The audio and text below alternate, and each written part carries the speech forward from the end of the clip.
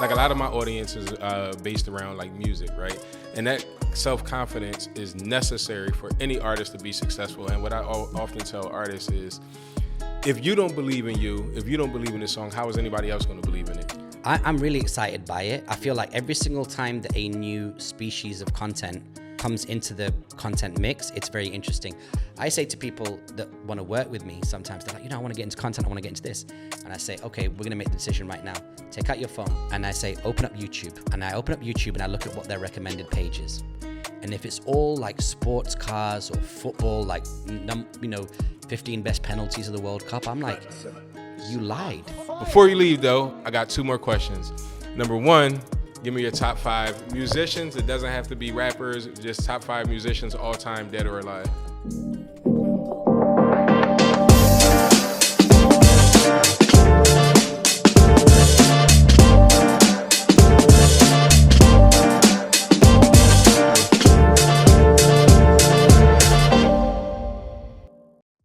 Welcome to AudioSwim Podcast, home of the music hustle. And today we got a very special guest, my good friend, somebody who I've known for a number of years now, introduced me to a lot of good people here in Dubai, man, really well connected, a dope marketer, dope conversationalist, tell you how to get money, man. We got my man Raj Kotecha in the building, man. What's going on, brother? What's good? It's been a long time coming. Yeah, this man. originally was supposed to go down maybe 2 years ago. Yeah, bro. Listen, man, it's been meant to go down for 2 or 3 years ago almost. You know what I mean? When it's the right time, it's the right time. Yeah.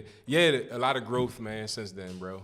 A lot of growth, a lot of change of thought, change of people, change of scene. Dubai has changed a lot, man. So welcome back for right now. You know what I mean? Because you're no longer based in Dubai, right? Or how does that work? Mostly in London. Okay. Change of personal circumstances, a lot of growth from a personal point of view. Yeah. It meant use London as the base and then come here once a month for a week. Right. So it's very positive. Also spending a lot more time in the US again, because I figure once you're in London, there's really no difference between coming to Dubai and going to New York, because it's 6-7 hours either way. Yeah. So New York has warmed up already done a project out there in January with Microsoft for Startups. So that was dope, a video shoot. Yeah, man, it's just more air miles, traveling like I'm 30 again. Which is, you're feeling good. You're looking good, man. I'm trying to, but it's all blessed, man. I mean, I think you do as long you do this thing as long as we do, you now start to predict the trends. Right. You kind of see it coming. So I'm just enjoying that time in my career right now. Yeah, man. So can you tell people who don't know what it is that you do? My full-time role is I'm the CEO of a company called the Creative Content Agency, which I started in 2006. My friend Russell Peters was signing to Live Nation, and they approached me and said, where do we need to put posters up in which streets to get Indian and brown people to come to his show, because that was his core fan base. So in those days, he was doing 1,200 seats. Russell and Clayton, his brother, their team, got me a check from Live Nation. I needed somewhere to put the check. So I reached out to my dad. I was like, Dad, they're saying which company to sign it to. He put me in contact with who I thought was my uncle, but was just a random guy he grew up with in Africa. And he set up a company. We got a bank account, put the check in. And at the time when I registered it, it was called Love Soul Limited, because myself and Vic, who my business partner, we were running around, making content because our DJ career was blowing up. Next thing you know, I'm in LA and I'm interviewing like David Banner and E40 and Collie Buds. And I'm like, okay, this is cool. The more content I make, the more DJ bookings I get. Right. At the same time, the reason why I'm in LA doing that is I'm working for a guy called Rafa Ali, who's the CEO of paidcontent.org, which sold 15 months after I joined to The Guardian for multiple millions. I was employee number 6, had some share options, took that bread, invested it in the agency, changed the company name to Creative Content Agency, because everyone was like, why are you doing all this strategy work for us for content, but you're messaging us from like Love Soul Limited? So I was like, okay, so the corporates gave me that feedback, so I switched it up. And we're now in the month of May, which is the month we're in right now in 2025. This is 19 years in business. Next year is 20. We'll have to do something special. And, ultimately, our core business is helping people plan, produce, publish, and promote content. So helping them figure out what they want to do, why they want to do it, what the ROI is going to be. Then producing it, figuring out what mix of audio, video, images, and text need to be put in that mix. publishing it, getting it onto the right platforms where their audiences are, monitoring that, making sure that all the protocols are right in terms of descriptions and metadata, and then promoting it, which is just making sure that the audience that they want to see it do see it, even if it means hand delivering it to that audience. Then that's what we do. So that's dope. And then obviously I run a community called My Friends, Your Friends. Yeah, which is a super dope platform, man. Super dope platform. Global now, thank God. Yeah. So we the core basis of that is that we take 15 people from different backgrounds. Doesn't matter whether you're royalty or whether you work in my favorite burrito store. Right. If you're a good person and you've got a good friends network, come on down. We feature those 15 people and explain to the community who these people are. So it gives them a bit of additional kind of like light. And then we take those people to a bar. I arrange free entry at the place. I make sure that everyone gets first drink on the house and happy hour the whole night. We get together and we jam. We started that in March 2017. About 85 people showed up. Then we went to another bar with a different 15 people and another bar with a different 15 people. Each time inviting those people and their friends and anybody who came before. So you've got that flywheel effect. By the 10th event, we were on one of the rooftops of Burj Khalifa, 500 plus people. By the 20th event, we'd done 650 people, and the 3 events prior were in London, New York, and Toronto. Wow. So man. New York, we did Wall Street, dope location. Toronto, we did sick rooftop that like LeBron uses for his parties. And in London, we did the Gherkin building. So if you look at the skyline of London, one of the most iconic buildings is the Gherkin building. And so we had partners in each one of those places. So there's that. And then I also wrote the program for AI-enabled content production. And that is for the Chartered Institute of Marketing. So the UK has like a national charter that the patron is King Charles. Right. And so they have this Chartered Institute of Marketing that makes sure that all UK businesses have access to like a baseline knowledge of marketing and how to do it properly. So when AI and content creation converged, they reached out and they only let in one new course director a year. So I was that guy, I think in 2022. So I'm very privileged to be part of that. Wow, that's and big. then they put me in front of, large organizations like IBM and Clifford Chance, the law firm, and many other ones. And I teach them how to use AI to speed up the production of like audio, video, images, and text, and generative AI.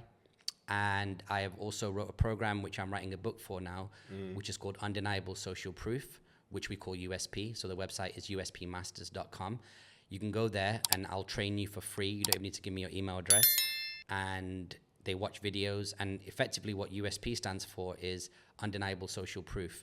So what are the formats of content that you need to make to prove what you say is true? The thesis behind Undeniable Social Proof is that we've worked with a lot of businesses that have come to us and said, we're doing great.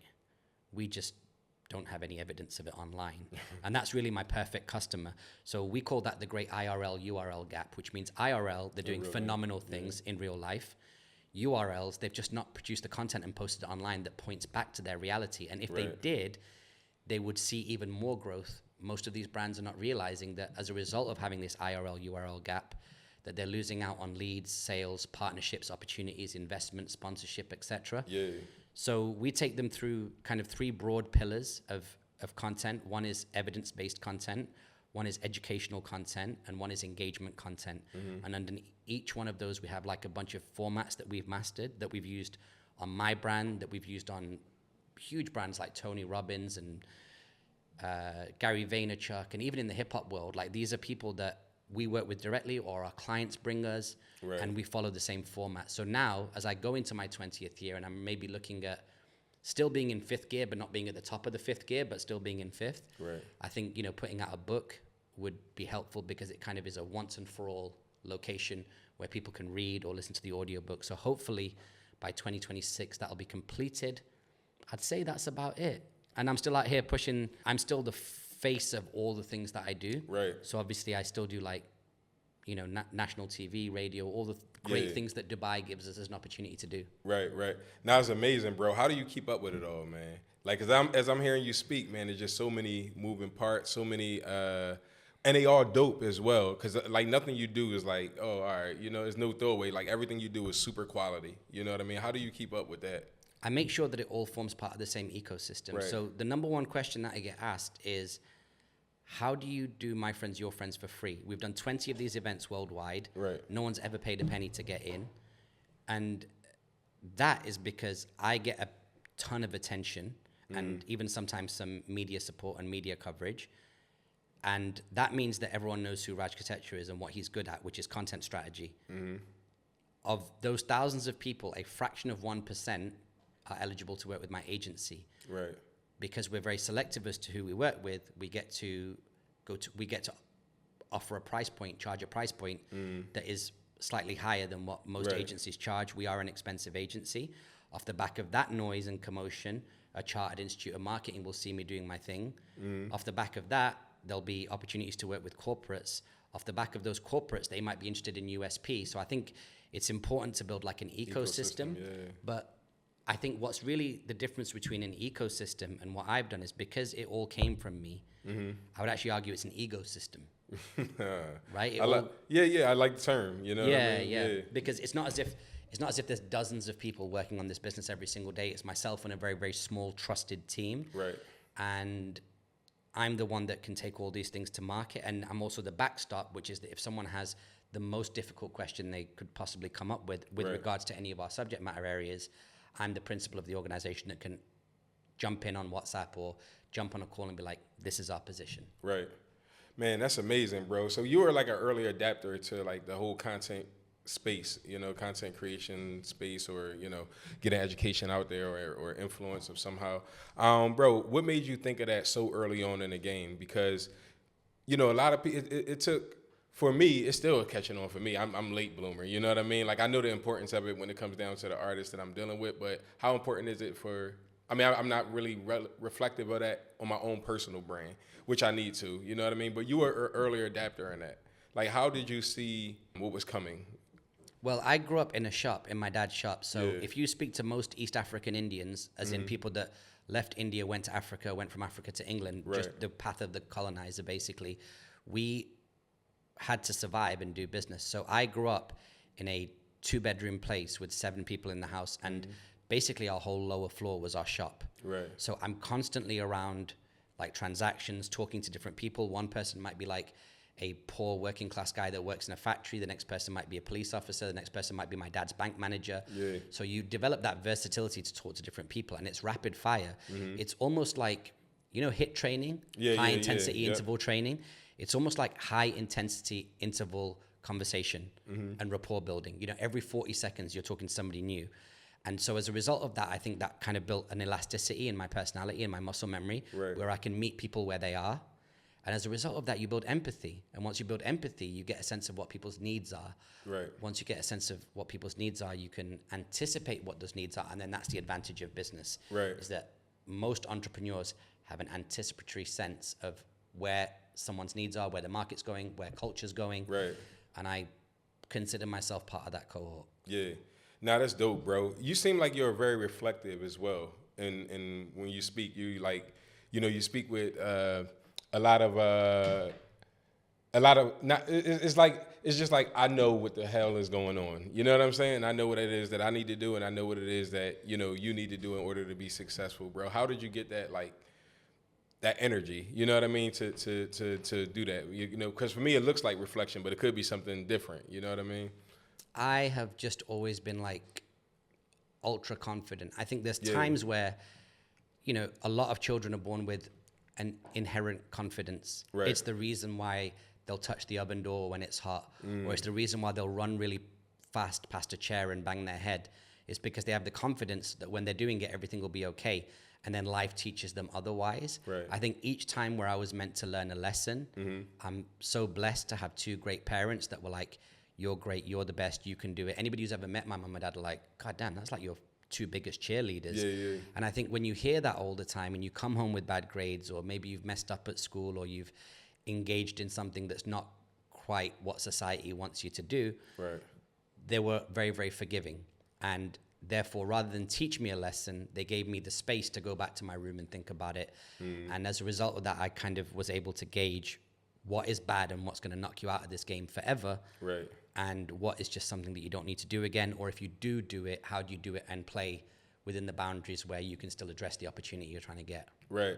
Nah, that's dope, man. Plus, I'm just a self-confident motherfucker. Like, also, like, you know, the Twitter version of what I just said, like the 140 characters version, is I really fucking believe in myself, bro. Yeah. And that's important, bro. Like, that kind of confidence is what you need to make it in anything, bro. Like, it's just to believe that it's going to work. Whatever it is that you put your mind to is going to work. You know, you have to have that self-confidence. Like, a lot of my audience is based around, like, music, right? And that self-confidence is necessary for any artist to be successful. And what I often tell artists is, if you don't believe in you, if you don't believe in the song, how is anybody else going to believe in it? You know what I mean? If you don't, like if you don't think you're the best, you have to be the best. You have to, in your mind, think that you're the best. And a lot of artists can't even comprehend, like, I'm not better than Jay-Z, or I'm not up there with Rihanna. Like, why? Their ideas, they want to be the opening act for Rihanna or the opening act for Jay-Z. Like, no, you want to be better than Jay-Z. You know what I mean? That should be a thing. And that's where, like, confidence falls flat sometimes within the music industry, man. For me, Hove, Jay-Z is number one. Yep, I'm with you. You can be 580th to Jay-Z, and what you'll do in your career will build generational wealth. For sure. Like, I know so many amazing people. Like, there's this one guy, I don't know if you follow him on Instagram, Kelvin Wu-Ten. So he's like a trombone player, played with Raphael Sadiq. He was on tour with Christina Aguilera 20 years ago. Phenomenal contributor to music. Not necessarily famous, but has done such insane work. Right. That firstly, he has the respect of his peers. Yep. Secondly, he's able to live like great, you know, and whatever house or houses he's bought will get passed down. Look at someone like Robert Glasper. We know. We know. But he can probably walk down the street in most major cities and not get stopped and asked for a photo. Right. And certainly, God willing, the guy will never get robbed. So there's this between the top and the bottom, the top being like Hove, where he can't leave his house. Right. And the bottom being like someone who's completely ass out and doesn't have money to pay rent. Right. The gray in the middle still hosts a ton of opportunity. For sure. And it should be the opposite of frustrating to be in that area. Yeah. No, for sure. I agree with you, man, because there's a lot of space there as well. Like, and you got so many things that you can do within that space. Like, Jay-Z can't do anything he wants to do because of who he is. You know what I mean? And the person at the bottom can't do anything because of, you know, maybe finances or lack of people who know them, right? So that middle area where you're like, you know, you're not super duper famous, but, you know, you can do your job good is the best area to be in. It's just Sorry, go ahead. I was just going to say that middle area is where my role models live. Right. Like, one of my good friends, and whether he will ever acknowledge it or not, because he's such a joker, one of my biggest role models is Russell Peters. Yeah. He can walk down the street and really nobody will bother him in a Jay-Z kind of way. Right. People, obviously, he has people's respect, but he can kind of like live, he can go to restaurants, he can cool out, he can look after his crew. Right. But at the same time, he's like the same dude. He kind of like, he gets to tread both areas, you know what I mean? And I think that's a really good sweet spot to be in, because then I look at him and I go, I've seen ultra famous people, as you have. Right. It's not the greatest life, really. Right, no. You know what I mean? I don't think I could be ultra famous, man. Yeah. I don't want to be ultra famous. I'll say that. Like, if things happen, then they happen, but it's not as an aim, because they do live a tough life, bro. Yeah, they live a very protected life. And so, you know, what I think it was interesting that at 23 years old, when I met Russell, where he was doing 1,200 seats, and then leap forward, I don't know, only 5-6 years, Stadiums. and he's doing 17,000 seats 3 nights in a row, 52,000 seats. To see that progression, to see Gary Vee's progression from, you know, 2009, we're just jamming in his hotel breakfast room making a podcast, to 2016, where people are climbing on bins and climbing up lampposts just to see him. Yeah. I've seen that transition happen so many times. Dynamo the Magician just pulls up with his crew, spends all of the money that we pay him for train tickets for his crew to come with him to do magic. Next thing you know, he's like floating on top of the Shard, and he's on every billboard in London. I think seeing that makes you realize, like, hang on a second, I know where I want to be. Right. And an anonymity, whatever your version of it is also quite a nice thing to hold on to.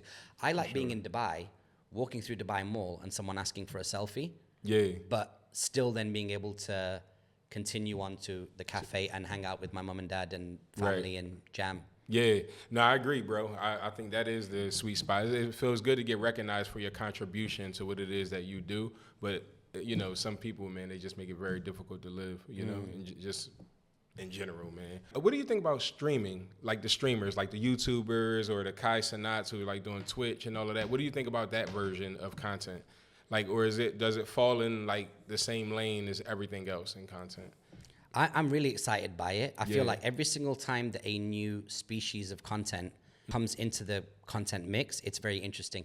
What I will say is that the circumstances that led to it being possible don't surprise me at this age. So I was DJing on Ustream back in maybe 2015, 2014.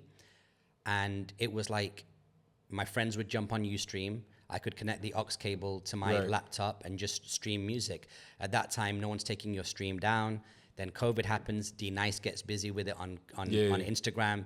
And now all of a sudden people are like, there's something about the fact that this moment's about to go away that's really, really interesting. There's also something which is quite voyeuristic about it. Like you feel like you're in Kai's streaming room with people clowning. There's no really room for editing. So everything you're getting raw. So I think that's dope. But I do feel like, you know, no idea is original. It's not as if streaming's brand new. In fact, if you look at like Live Aid or you look at all these charity fundraisers that you have on TV, that's just live. Saturday Night Live, right? It's a TV show where it's like one and done. So, you know, we're just seeing the web version of that. What I do like about the actual breed of creators that is coming in is their ability to hold attention on the web. So if Kai Cenat goes on a stream for 24 hours and the technological infrastructure that he puts in place, which is cameras in every single part of his mansion, you got to kind of give it up for that guy. Yeah, man. He's on another level with it, man. Because it's just like straight up, like, look, I'm gonna let y'all see everything that I go. And he's so entertaining too, with so much energy, and you know, it's just funny, man. I just, you know, growing up, I just never thought about content in the way that's being presented right now. That you know, the next generation will have to look at content, you know, because they're growing up in this thing. How do you feel that would translate to this new generation? You know, like the content that we see now when people are streaming 24 hours or weeks on end or whatever. Like, how do you think that will influence the behavior? I'll give you the perfect answer for this. Yesterday, I was at dinner with family. My sister-in-law showed me a video of her niece on her side. And her niece was on vacation in Europe, and she sent WhatsApp videos of the vacation. So we know a time where, you know, your family, like maybe the sibling that you're related to that gave birth to that child, might send pictures on WhatsApp.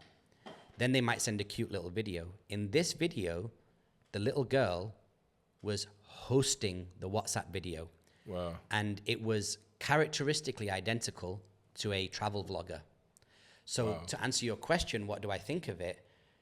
When these kids grow up and they see vloggers, YouTubers, and streamers, that becomes the baseline for them.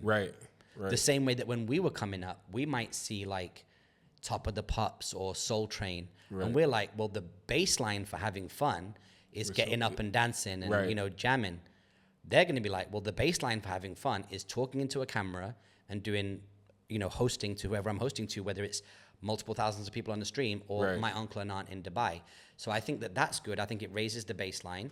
I also think as well that there's going to be a whole generation of people that will take that energy and become really good public speakers in real life. Because if you ask most people what's their fear, like other than being ran over or shot or whatever the case may be, it's fear of public speaking.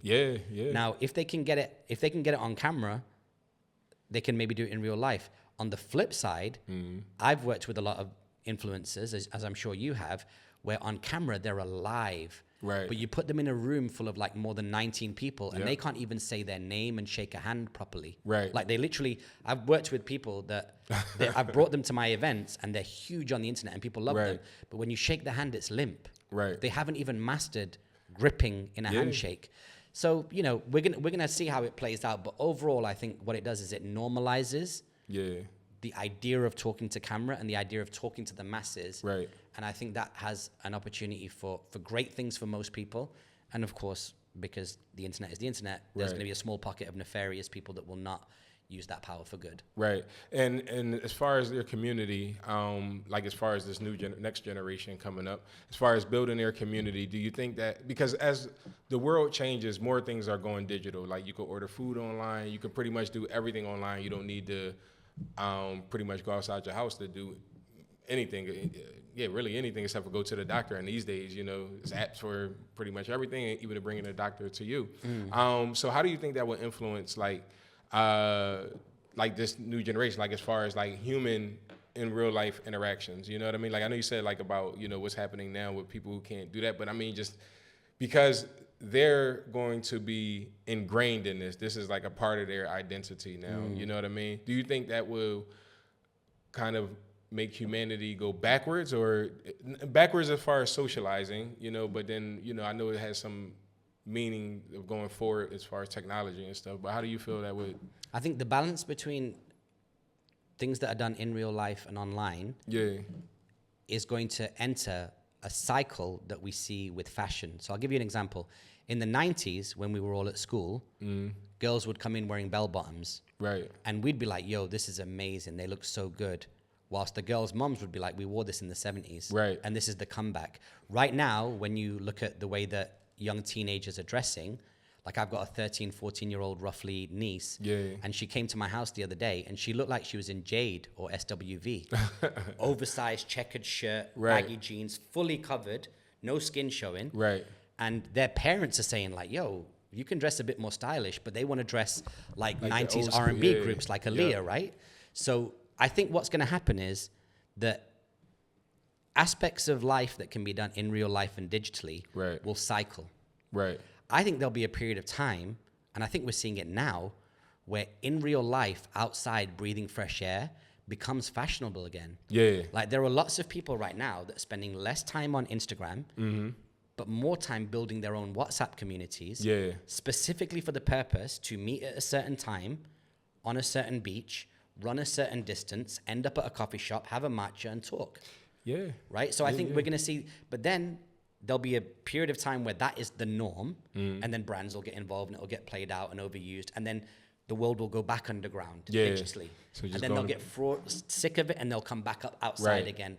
You know what I mean? Just going into that circle. You know, just going. How do you think that will influence music though? Like, so now just bringing it back in music. How do you feel that, like, because I mean, music as well is the same thing. Take hits from the 80s, make it sound so great. Like it's been going on for years and years and years. But how do you feel that this new generation will embrace like music? Because live music is like a core thing in just the music industry, right?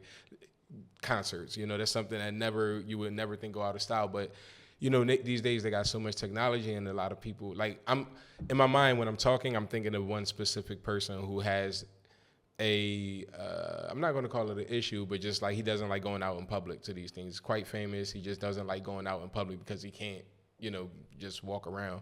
And he's just telling me all of these different apps that he uses just to avoid people. So when I'm speaking, and he was here quite recently, that's what's like triggering the thought. But he just tries to avoid people whenever he can, and I just look at that as like it limits your creativity. Like I want to go to a live, I want to go to a show, but he doesn't have any interest in doing that stuff. Yeah, I mean, it's not necessarily good or bad or limiting or the opposite of that. It's more that you just get what you get as a result of making that decision. Like if you don't want to be around people, then stand on business and then never complain that you didn't win this award or these people don't clap for you because you're not putting the work in. For me, the most important thing is being with the people. Again, last night at dinner, I was talking about a kind of like a mutual person that I know with the people I was having a conversation with, doing crazy money every single month, but cannot be outside, like just cannot talk to people, doesn't have the ability to build rapport. It's just a bit weird. And I'm thinking to myself, the kind of money this guy's making would be nice to have, but if we're both in the same bar at the same time and he's crumbled up and rich and I'm moving up and down and showing love to people and enjoying the music and experimenting with different styles of conversation and cocktails and just living life, being alive, I'd much rather take that, Now, specifically to your question about music, the music industry has gone through a lot of changes, as we've seen. But one thing that the music industry has done is it's become the gold standard when it comes to personalization. Genres have been fragmented down to such a fine niche that each person's individual taste is in conjunction with the platform's algorithm. So you could argue that probably if you take 1,000 people and open their Spotify, that none of them are going to have the identical Facts. list, right? Yep. I say to people that want to work with me, sometimes they're like, I want to get into content, I want to get into this. And I say, okay, we're going to make the decision right now. Take out your phone. Yeah. And I say, open up YouTube. Right. And I open up YouTube and I look at what their recommended page is. And if it's all like sports cars or football, like, 15 best penalties of the World Cup, I'm like, you lied. I'll tell you why. Because that algorithm and that suggested For You page, that recommended page, is based on what you actually care about when you're sat on the toilet scrolling. Yep. Or when you're in your bed watching YouTube videos or on your smart TV. If you really cared about this industry the way that I do, your YouTube homepage would look like mine. Open my YouTube homepage right now. It's microphones, cables, mixing. The best, it's like Colin and Samir, like breaking down content strategy. Yeah. You can't hide that. Right. You know what I mean? So the phone knows us better than we know us at this point. Yeah. So that level of personalization is what we've become accustomed to. Now, you've almost got to look at it like dietary preferences. Mm-hmm. Some person prefers rock music when they're in the gym, but when they're going on marathon runs, they want to listen to hip hop. When they're like trying to get to bed, they need lo-fi music. It's so personalized that the artist's expectations from a quantitative point of view have to be like, okay, I would love to be worldwide famous, but there is less worldwide famous people today than there was before. There was a time where Barry Manilow, Prince, Tom Jones, Michael Jackson, Tina Turner, and Stevie Wonder, Madonna, were all megastars, bigger than any star we have today, with the exception of maybe Beyonce and Taylor Swift. Now, you've got to say to yourself, okay, maybe when I get to the top of this industry, I'm going to have 28,000 hardcore fans across 4 cities. Each one of them is good for $60 of ticket price per year. I'm going to ride that out until I see the next media opportunity or the book opportunity or, the endorsement opportunity, and that's how I'm going to build my business. People have to adjust their numbers. Platinum, when we were coming up, was 1 million records sold, physical records, vinyl, copies, CDs, and tapes. Now it's an adjusted number of streams. Yeah. And that number is less impressive. Yeah. I mean, and then I don't even know how they came up with that number, man.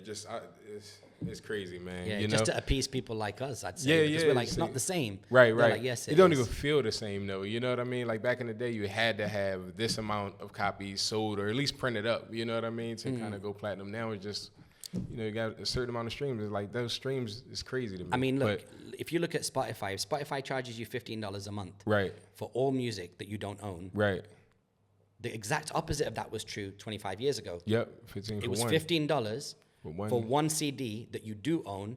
However, there's no home delivery. So the price you pay is not just the $15, but it's the time, the bus fare to go to the record store. You might pick up a McDonald's whilst you're there. We'd go and buy one CD when we had the money. The CD's $15, but you come back $25 lighter. Because you had a milkshake whilst you're out there. Maybe you played a video game at the arcade. Like, we really committed with time and money for one record. Right. Now they don't have to do none of that. They just go on their phone, boom, listen to music. I mean, I get it. I get it. It's just, I feel like we losing it, though. We losing, like, touch with, like, music sometime, man, because it's oversaturated. 100,000 songs being released every single day. People it's like a lot of cookie cutter music, you know what I mean? We just losing that attachment, I feel like. And I'm not blaming Spotify. Like, I like Spotify. I like Apple Music, whatever, you know what I mean? So I understand, like, from the convenience of everything, it makes everything easier, but also we lose in touch with what makes an artist, right? Because now most artists are we're going back to you. Like, most artists are content creators now. You have to be a content creator. They always were. Yeah. The art is content. When I teach the 4 P's of content, plan, produce, publish, promote, the example I give is of a recognized artist, Vincent van Gogh. Vincent van Gogh had to plan the painting in his head before he produced it on a canvas, before he published it on an art gallery wall, before the art gallery could promote it. Plan, produce, publish, promote. Whether it's a song, whether it's an article, whether it's hieroglyphics on the inside of the pyramids, it is content. And content sits above social media. Deep. That's deep, bro. Like, the way you just broke that down is deep. You know what I mean? You said content sits beyond. Content sits above social media. Okay. Look at when content is born versus where it goes. Okay, so we look at, let's say, Jay-Z's content and his lyrics. 2 years ago, at the Brooklyn Museum, they had a whole art gallery. Right? At the Brooklyn Library. Life of Hove. Yep. Right? there was programs, there was artworks. It's all downstream from the core music. You look at Harry Potter, starts off as a book, Right. ends up becoming a movie series. Right. Then it moves on to a t-shirt and a mug. Now it turns into a costume which you can buy and become one of the characters. There's a place in King's Cross in London where you can actually like stand next to a trolley that's going into the wall in King's Cross and reenact a scene from that movie. So the original content will then mutate. The only difference with the music industry right now is your core music has to be merchandised with other things. A vlog, an email list, a book. That's what's going to make that content fly. But that's not completely different to like when an exclusive vinyl would come out. Right? Yeah. Inside the sleeve, you'd have the producer's notes and photo shoots that Jonathan Mannion did at the time that the like record was being produced. So there was notes, all of that. Yeah, there was stuff that was merchandised with the record. Right. It's just that now you've got to give digital merchandise to go with your digital record. Right. Before you would do physical merchandise to go with the physical record. And in some cases, it's both even today, which is like, you know, pre-order the stream and get a t-shirt and mug. Right. You know, so the lines have blurred. For me, I still see it as a net opportunity, as long as you understand that you're dealing with a world where the audiences are smaller, but if curated and monetized properly, actually will probably make you more money. Because on the flip side, before it was only recording artists that would make money. Right. Now you can be like a local musician with 3,000 fans in your state. Right. And that's a life-changing amount of money for you. Very true. Very true. So just going back into your personal life, man, tell us about your musical journey. You know what I mean? Like, what got you interested in music to want to start DJing in the first place? So my dad had vinyls at home of Bollywood songs. Right. He also sings. But the thing that connected me to the music that I'm passionate about today was when I was working in my dad's shop, stacking the shelves, there was obviously a shop radio that was always on. So I'm constantly listening to Manchester music. And Manchester music is some of the greatest music in the world. There are certain cities in the world that are very eclectic. Manchester's one, Toronto's another, where there is so many people that live in that town and they are like so passionate about music that they even generate their own styles of music. In Manchester, we had hardcore techno, we had rock and roll like Oasis, we had northern soul, and then that was all before the American influences and the rest of the country's influences, because obviously London had a booming music scene as well, and Scotland. So we are a hardcore music city. So I listened to all those genres, hit 18, went to university, had a flyer in my hand, called the guy on the flyer to say, hey, ultimately, the end of the shtick was, how can I come to this party for free? Right. He said, if you can take these tickets and sell them, we'll let you in for free. There was a certain amount of tickets to be sold. I went back to my building, 1,000 kids in the building. I took the elevator to the top floor, fire exit all the way down, like the fire steps all the way down, and just knocked on every door, got to selling, ended up selling for multiple different crews. So whether it be Bhangra music or whether it be hip hop and R&B, there was different crews, a black crew, like Nigerian crew, Pakistani crew, Indian crew, white crew. I would sell for all of them. And eventually I was like, okay, now I don't need to worry about getting high off my own supply because I can go to the clubs unlimited. Right. Then what happened was I met this young kid called DJ Ahmed, and he was a young Muslim brother out of Nottingham. And he started listening to garage music in 99. He was like, yo, we need to do a garage night. I was like, hell no. I was hip-hop, hardcore, hip-hop and R&B. This 132 BPM sped up music. I was like, it's trash. He gives me a tape. I put the tape in my car and I'm listening to it and it's pretty dope. Now, every single big MC from MC Creed, DT, PSG, all the iconic MCs were on this tape. Little did I know at the time that it was him mimicking their styles over a mix that he made. So I get into the mix and I'm like, this is amazing. Then my partner at the time, who I was selling tickets with, came back from summer in London and he came back and he's like, listen, dude, it's serious. In London, garage is spreading like wildfire. We should do a gig. Even this guy, DJ Ahmed, was like, do a gig. Now, I was from Manchester, which meant that I could do a gig, but I didn't because I was smart enough to know that if I do go into the streets and start doing parties, I'll get seen, could get robbed, could get kidnapped, something bad could happen. So I was like, guys, I've got no interest. They kept pushing me. I went to a guy that I knew that was very well known, and I was like, I want to do this. If I have any issues, will you help me out? He said, no problem. So then I launched my own party. The first record that we launched was probably one of the biggest garage songs of all time. It's called Little Bit of Luck by DJ Luck and MC Neat. So not DJ Luck, MC Neat comes to the party, performs the record live. Then we had Monster Boy and Denzi, I'm Sorry, and we had MC Creed on a third party. By that point, I had the streets hot. Dang. Because I used to be the guy that was selling tickets and handing out flyers. Now I'm handing out flyers to my own parties. I can figure out who gets in, who doesn't get in, who we book. I'm making all the money as well. So that's when I kind of entered the music industry, was 98, because I figured that once you've made even 50 cents in the game, you're in. Right. You made some money. Right, you made some money. And obviously that turned into thousands, hundreds, and then thousands of pounds, which if you adjust like 1,000, if you make 250 pounds in 2001 on a Sunday night, and you're at university where everything in your town is discounted for you as a student, you're doing okay. Yeah, you're doing good, man. So, I mean, I don't know if even people, the good thing is all this can be verified by people that were there at the time, but like I was 22 years old, drove a car right out the lot, brand new. Wow. And it was like, that was all from hustling, doing music, and having a part-time job, whether working retail or working in a call center. So I came up pretty good. And then when I went to Toronto, I was working in the cell phone industry in the ringtones game. And the guy that was backing the startup that was incubating the business inside his business would pay for me to go to Miami, to go to Atlanta, to go to New York, and try and figure out ways of brokering deals for the licensed music, batched licensed music of 50 Cent and Black Eyed Peas, all the pop songs to come over as polyphonic and duotonic ringtones, right? But it was like Magic Stick, right? Right. So got involved in that, caught the attention of the team at How Can I Be Down? Do you remember that thing that Dame Dash was part of? Yeah. So I got on a panel with there. To my left was like Jameel Spencer from Blue Flame Marketing, the guy that did so much stuff there. Little X was there. There was different people, and it was just dope. Then off the back of that, I got seen by a media company. Sony Ericsson wanted a spokesperson to promote all the other things that you can buy with your Sony Ericsson, including mobile content, which at the time was ringtones. I go on a national media tour of Canada. First class flights, 23 years old. Right. TV station to TV station, just talking what Sony Ericsson told me to say. Yeah. Ringtones of the future.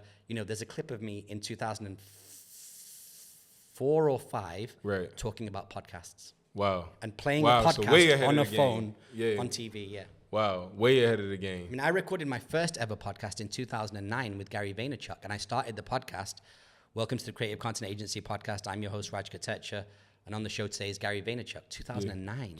Wow, ahead of the time, bro. So early. Ahead of the time, man. And at the same time, I've done the Wake Up Show with Sway and Tech. Yeah. At the time, it was only Tech that was there. Sway had obviously gone to the East Coast.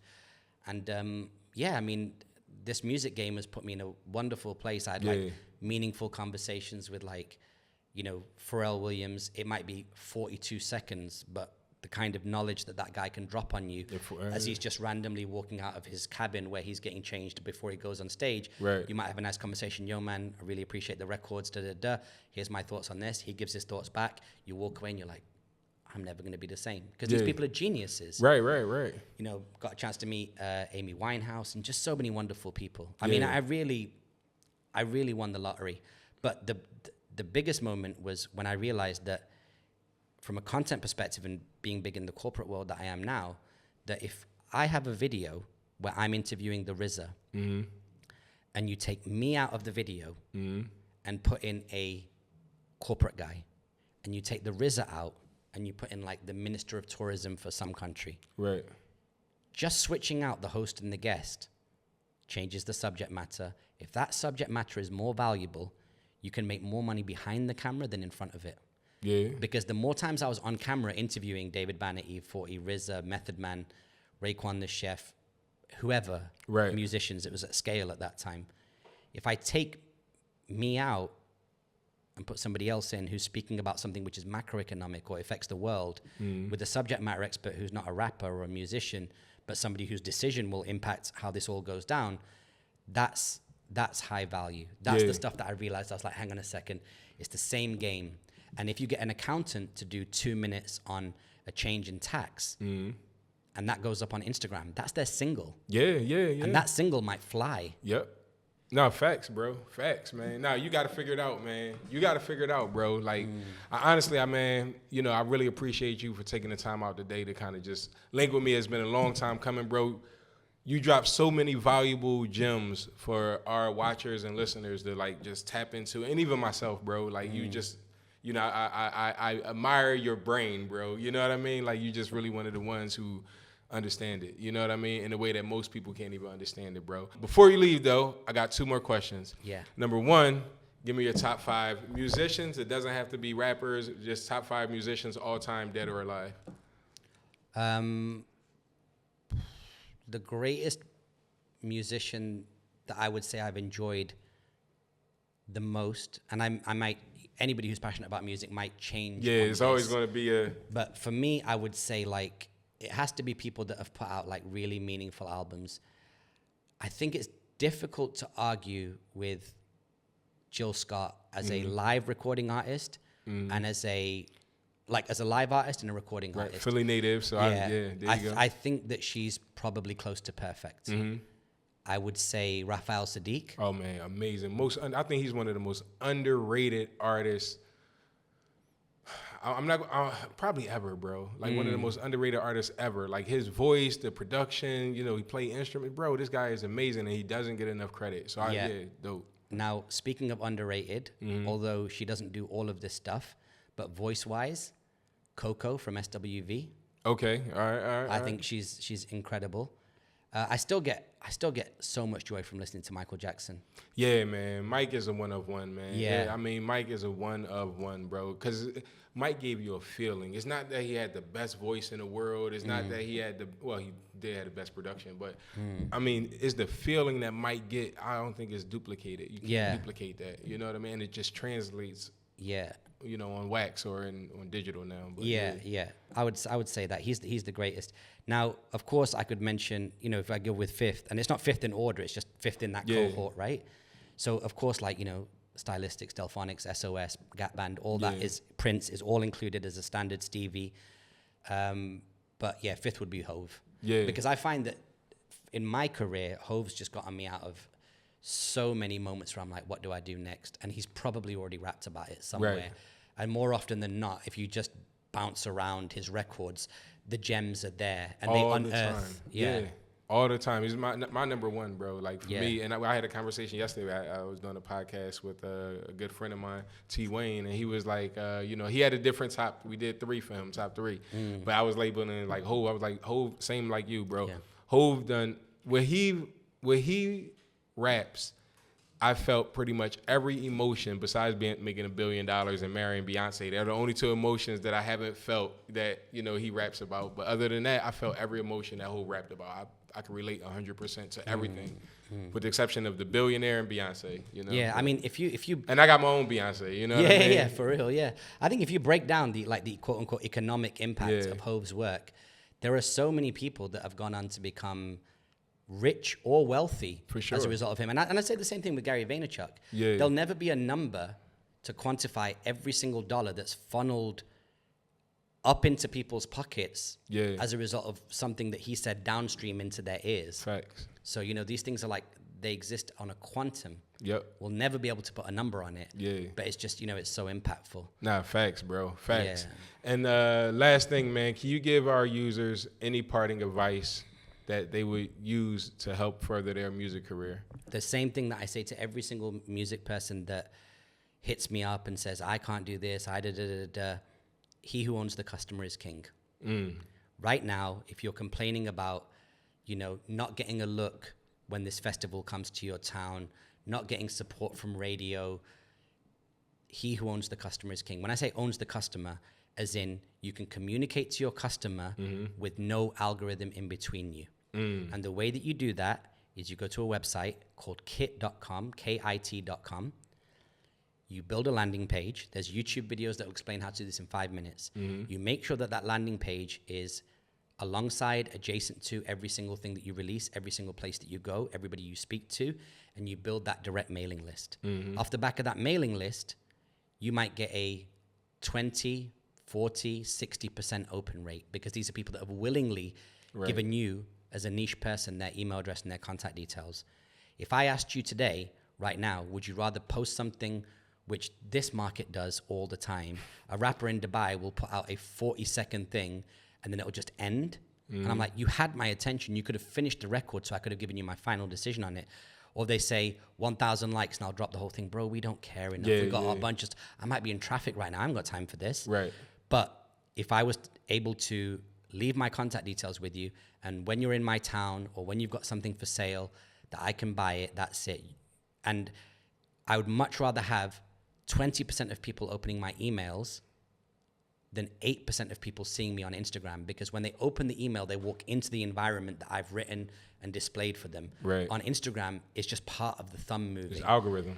And so I say to people that if you can get one person to open your email, that's the equivalent of, like, let's say 120 people seeing it on Instagram in terms of dollars that go back to your pocket. So do every single thing that you can to build a direct relationship with your customers and with your followers and your fans, whether that be ManyChat, like comment potato and I'll send it over to you on DM. Right. Whether it be kit.com, those two things integrate with each other, so you can leave a comment on Instagram. It will send them a DM saying, join the mailing list right now, and I'll send you the thing that I talked about in the video, et cetera, et cetera, et cetera. Pre-save, streams, mugs, concert tickets. That's really the way that you need to go. See, I explain this to corporates, and it works with artists as well. Imagine you've got a chart left to right. Mm-hmm. No matter what business or brand you are, there are times when you're high intimacy with your target customer. And there are times when you're low intimacy, right? High intimacy is maybe they see you at a festival, or they see you performing, or they've jumped on a viral video you made. Low intimacy is when they're not thinking about you when they're in Greece over the summer. Right, right. Your job is to take that average, the highs and the lows, you divide them equally, and there's an average line that cuts across. Mm-hmm. The more content you put in the valleys when somebody would not normally be thinking about you, the higher that average line goes. So when people are not at My Friends, Your Friends, I'm pumping out more content so that they stay part of the ecosystem. Right? But then when I'm at the event, I'm high touch with 650 people. 150 or 120 of them want to take a selfie with me. So now that's the content dealt with. You see what I'm saying? So direct access to your customers, and for all the negative that people speak about when it comes to the internet and fragmentation, AR and VR and AI and all this kind of other stuff, algorithms, the fact that you can now have a direct relationship with your customer base for, I don't know, $9 a month, it's crazy. It's definitely crazy, man. It's definitely crazy. So those who own their customer is king. Man, just like that, man. Make sure you record your next hit song here at Wave Sound Studio, and make sure you record your next podcast here at On Air Podcast Studios. My name Berto, and I'm out.